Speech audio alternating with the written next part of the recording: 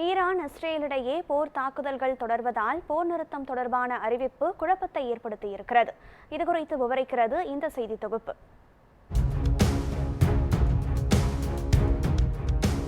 ஈரானுக்கும் இஸ்ரேலுக்கும் இடையேயான மோதலை முடிவுக்கு கொண்டுவர தீவிர முயற்சிகள் நடைபெற்று வரும் நிலையில் இஸ்ரேல் மீது ஈரான் ஏவுகணை தாக்குதலை நடத்தியுள்ளது.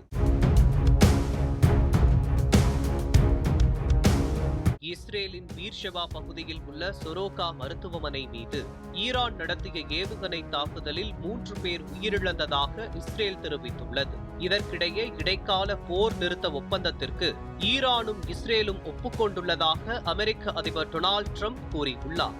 ஆனால் போர் நிறுத்த ஒப்பந்தம் எதுவும் ஏற்படவில்லை என்றும், அப்படி ஏற்பட வேண்டுமெனில் அதற்கு இஸ்ரேல் முன்னுதாரணம் காட்ட வேண்டும் எனவும் மத்தியஸ்தர்களிடம் தெரிவித்ததாக ஈரான் வெளியுறவுத்துறை அமைச்சர் அப்பாஸ் அரக்சி கூறியுள்ளார். கத்தாரில் உள்ள அமெரிக்க வான்படை தளம் அல் உதைத் மீது ஈரான் ஏவுகணை தாக்குதல் நடத்தியது.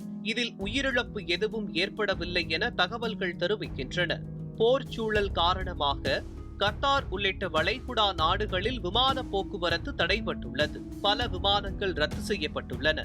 தற்போது நடைபெற்று வரும் பரஸ்பர தாக்குதல்களில் 1000க்கும் மேற்பட்ட ஈரானியர்களும் 24 இஸ்ரேலியர்களும் உயிரிழந்துள்ளனர். ஈரானின் இணைய சேவைகள் முடக்கப்பட்டுள்ளதால் பொதுமக்களின் வெளியுலக தகவல் தொடர்பு முற்றிலும் பாதிக்கப்பட்டுள்ளது. இதனால் போர் நிறுத்த அறிவிப்பு தொடர்பான குழப்பம் தொடர்கிறது.